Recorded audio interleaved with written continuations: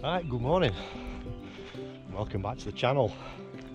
So we're out again today and decided to do another walk in the Peak District, and we're heading up to Alport Castles today, which is a really incredible looking kind of rock formation. It's been a bit of a morning for me to get here, so I decided to do this walk, and I have to head out through Sheffield city centre, which is always a bit of a nightmare, and then you get out here on the A57, the Snake Pass, and I just got to the outskirts of Sheffield on this side and the Snake Pass is closed, so I had to do a bit of a detour around that, which as it turned out weren't too bad. Made my way to Ladybower Reservoir, where I am now, and it's been a few years since I've been down this way and actually parked here, and the car park that I used before, which used to be free, is now chargeable, which is always good fun for a tight Yorkshireman. But it is what it is.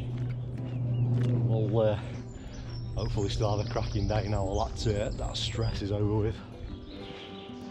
So we've got a short section of road to walk down from the car to where the footpath turns off and then heads off up into the woodland at the side of the Ladybower, and then we climb up out the top of the woodland out onto the tops, and then, as I say, we make our way down to Alport Castles, and then I've made the walk into a big loop where we cut back across the moors, drop back down through the woodland, and then walk back along the banks of Ladybower and then back to the car again.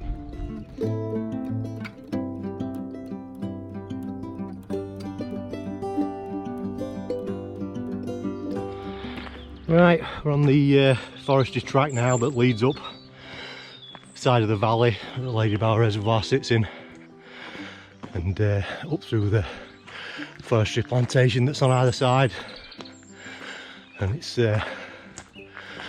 quite a steep pull up, as you can probably see, so we'll get the blood pumping and the legs working and get warmed up.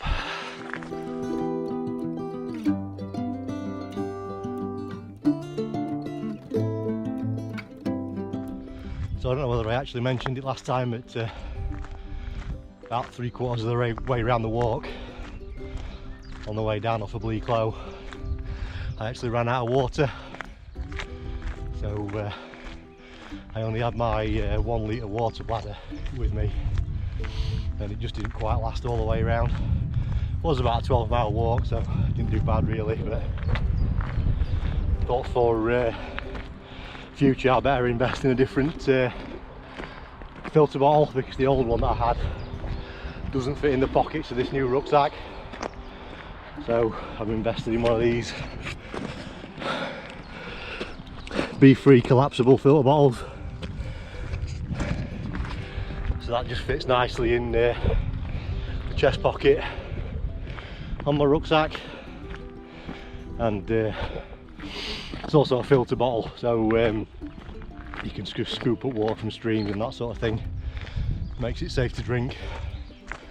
And the good thing about this one is, because it's got the squeeze bag on the back, you can fill this up with potentially contaminated water, and then I can squeeze that through into my bladder. So I've got another litre's worth as well of clean water should I need it.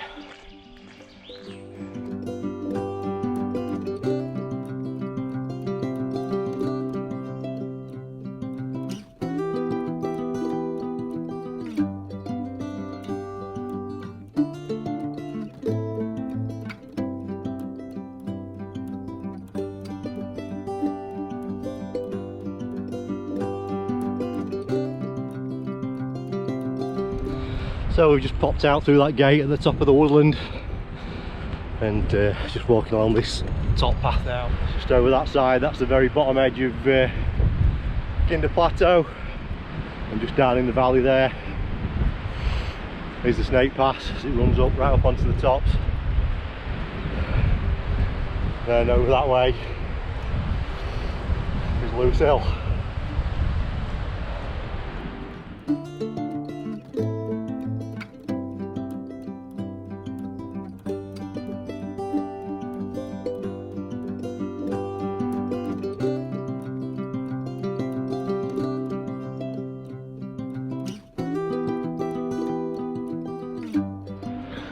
So we've got some really fantastic light again today. When I first set off this morning, it was a bit overcast and a bit dull and grey. Didn't think we were going to get anything very impressive view wise, but the sun started to break through, and with that fairly sharp wind, it's making the clouds track across the landscape, and it's casting those shadows. Amazing.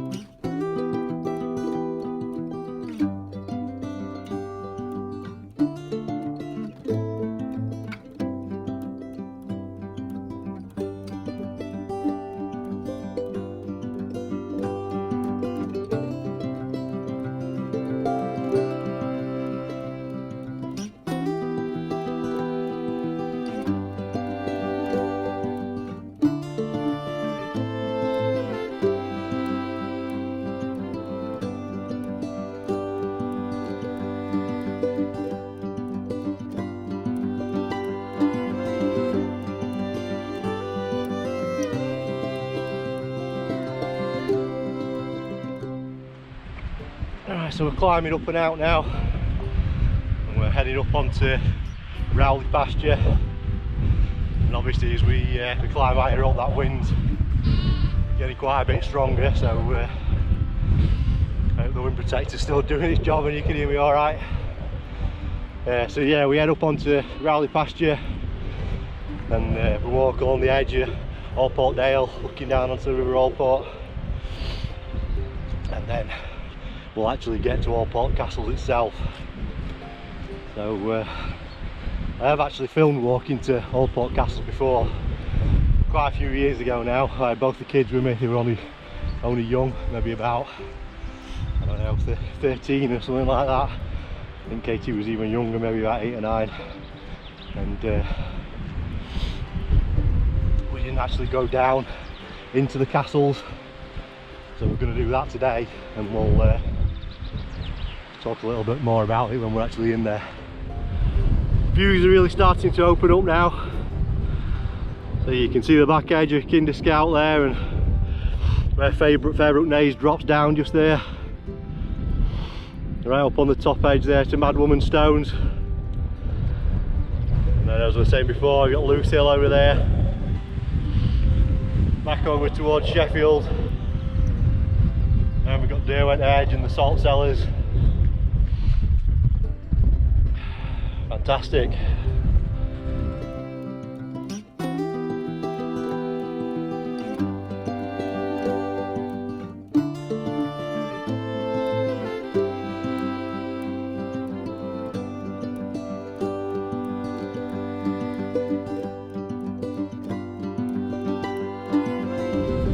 Well, I've no idea whether you can hear me or not, but as I'm sure you can tell, that wind is absolutely howling down the valley and across the top here. I had to put a top layer on just to chop the wind out, keep me warm. But woo-hoo!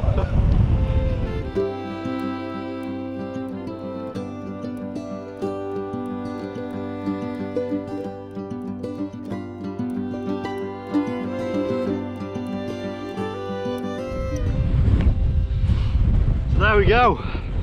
We just come around the corner and we can see down into Alport Dale now, and we're just starting to get our first view of Alport Castles, which is just down there.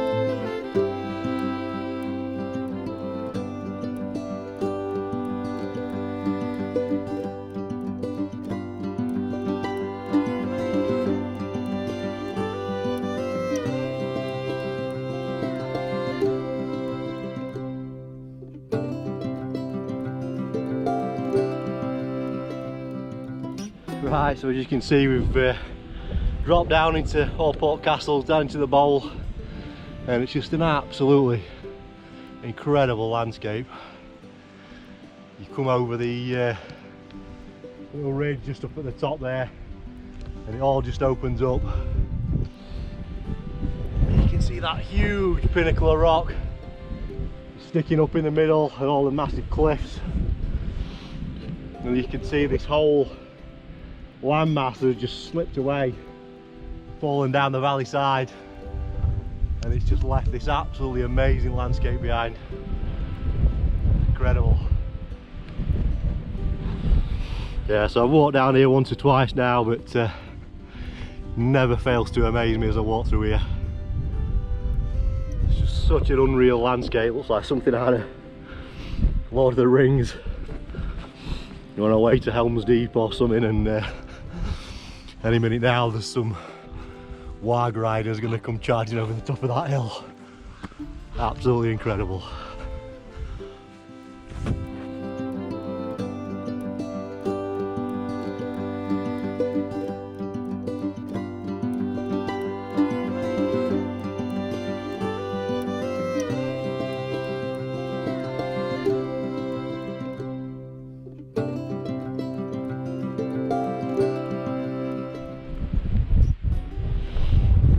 There we go.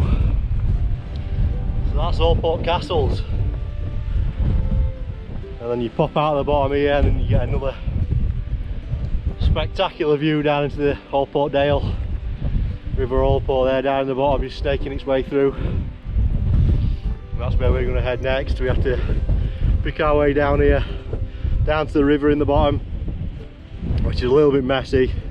And we might end up with wet feet crossing the river because you have to do that a couple of times. But we'll follow the river up a bit to the top of the valley. Then it's a real steep climb up that top edge and back onto Birchinley pasture, then across the tops and then back down to Derwent Reservoir. So now we're a bit lower down, you can kind of see how the whole thing's just slid down off the side of the valley. Looks like two huge waves, and there's another one there and it drops down again. So it looks like we're going to have a slight change of plan. I think since I was here last, the farmers put a fence up just down there. Last time I was here I could drop down into the valley that way. So well, I think we're going to have to stay this side of the fence. We'll not climb over his fence. Follow the path up and round, and hopefully we can get out at the top there. If anything, it should mean that there's less of a climb out of the other side, and as I say, we'll not have to zigzag about and get our feet wet crossing the river, hopefully. So never been up that way before, so we might end up at a dead end, but we'll give it a go.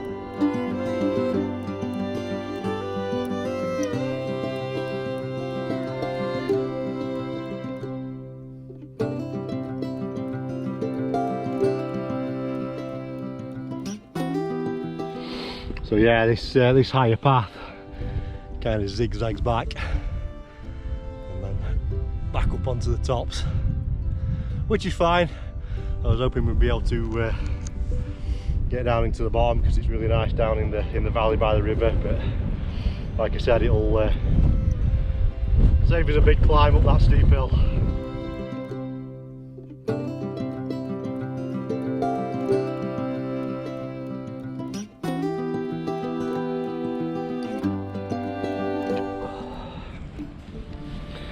Yeah, this path is pretty horrible, to be fair. It's a steep climb out, and I think it's more of a sheep track than an actual path, to be honest. But you're traversing across the slope all the time and it absolutely batters your feet and your ankles. But we're nearly there. So as you can see, we're back up on the top now, and I don't mind telling you that was a real slog coming up there. That last bit in particular was really steep, but back up on the top now. Got a little bit of backtrack to do towards the top of where we entered Alport Castles, and then we'll pick up the path that crosses over the top of the moors.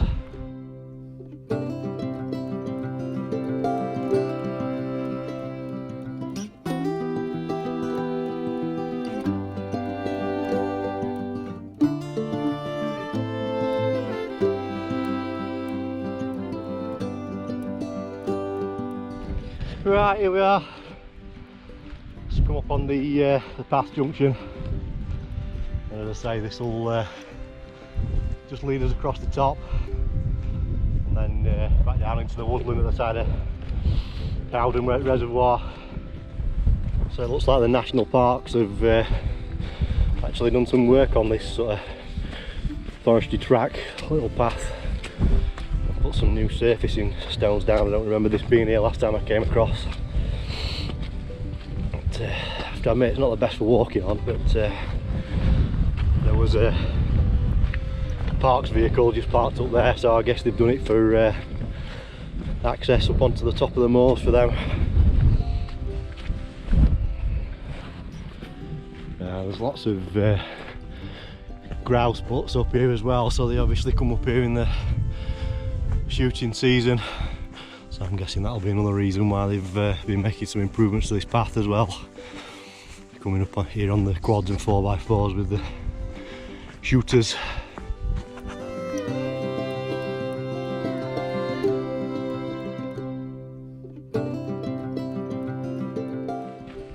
So I think you can probably just see that just over on the far side of the reservoir on the slope there.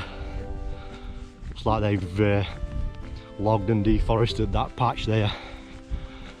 So I know there is a kind of an ongoing project with a lot of the forestry around here to actually cut it down and replace it with native species.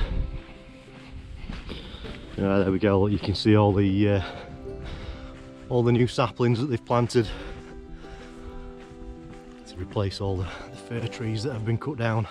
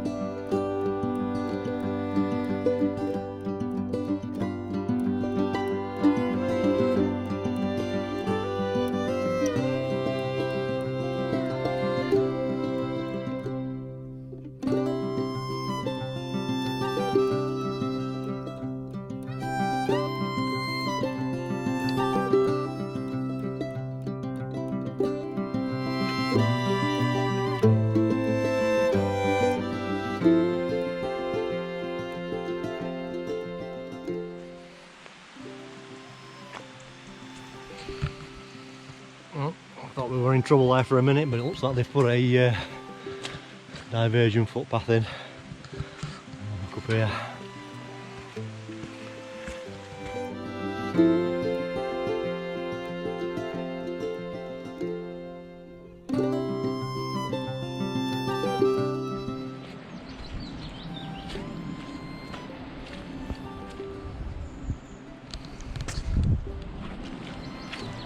Hey. Oh. Nearly, but not quite. So that footpath just dropped us off right at the very top of one of the arms of Howden Reservoir. You see the River Derwent running into it there. And now it's just a case of winding our way back along the banks of the water. So it is a little bit of a trudge, unfortunately, and it's quite a windy route as the arms of the reservoir go off. Obviously the road has to follow them round, so it ends up adding ends up adding miles to the walk, and it can sometimes feel like it takes forever, but at least we have got a nice view to look at. A real big old tree come down there. Weirdly, it looks like it's still actually still alive. I think not all the roots must have come out. Looking at that. Yeah, looks like it's actually still alive.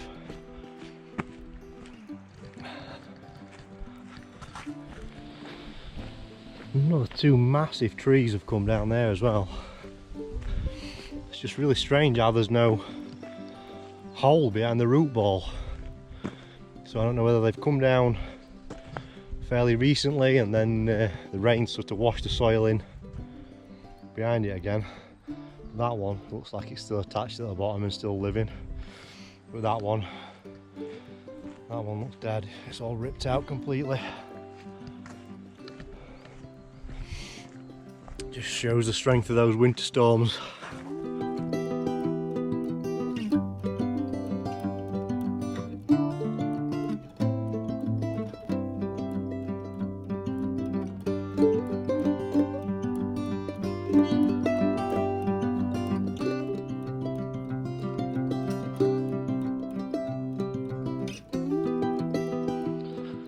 There we go. That's our first view of the top dam wall and its two turrets.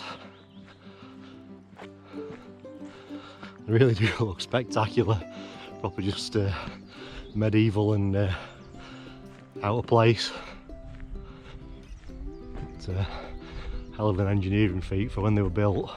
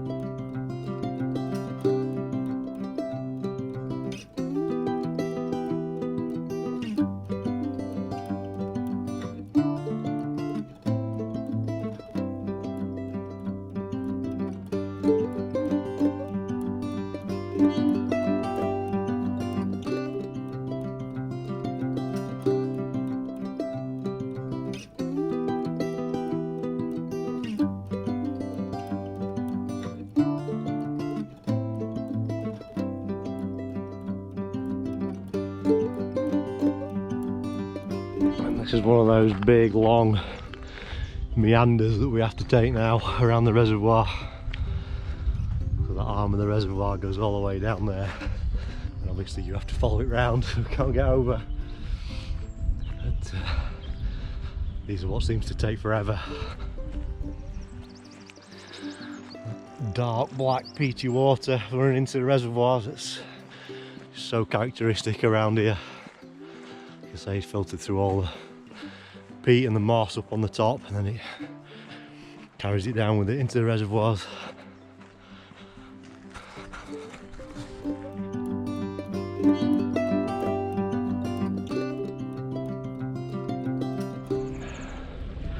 So here we are at the second dam wall. So the other side of that is the Lady Bower Reservoir. This is the Derwent. This is where the RAF practiced for the dam buster raids in World War II. So what that must have been like to see a Lancaster bomber coming thundering down this valley below the height of the hills, about 100 feet, maybe less, above the water. Must have been something else. Special occasions and anniversaries, they do fly a Lancaster down here, but unfortunately they can't fly it as low as they used to back then, so it's up above the level of the valley, but will still be pretty spectacular.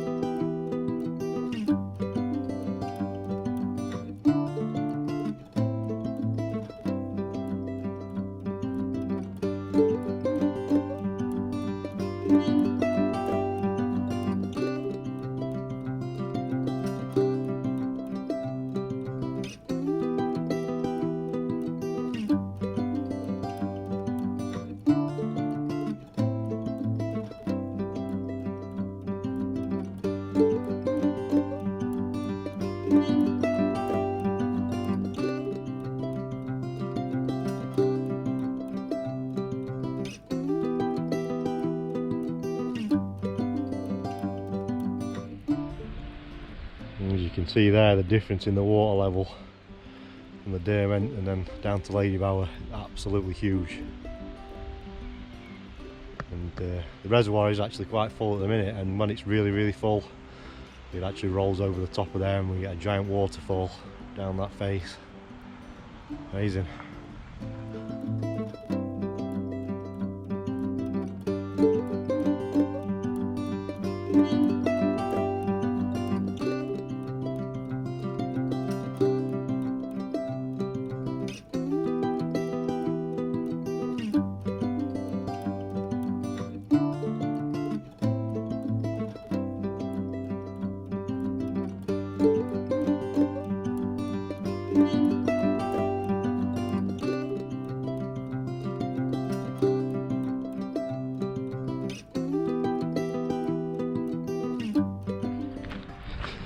So we've got down to the lower sections of Lady Bower Reservoir now, and just up there is the path where we headed off first thing this morning.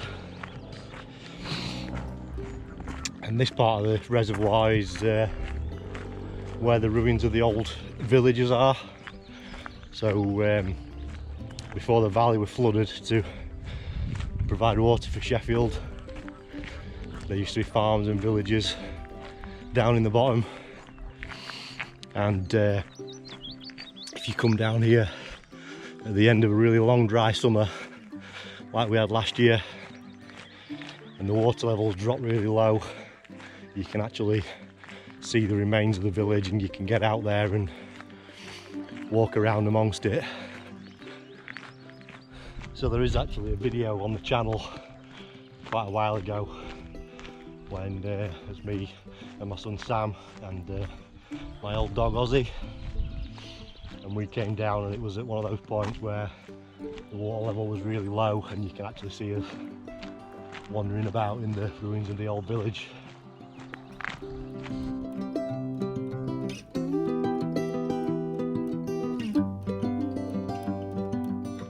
Right, so the water's just ticked over to about 12.5 miles, and we're almost back at the car, probably another half a mile, so it'll be about 13 miles for today by the time we're done.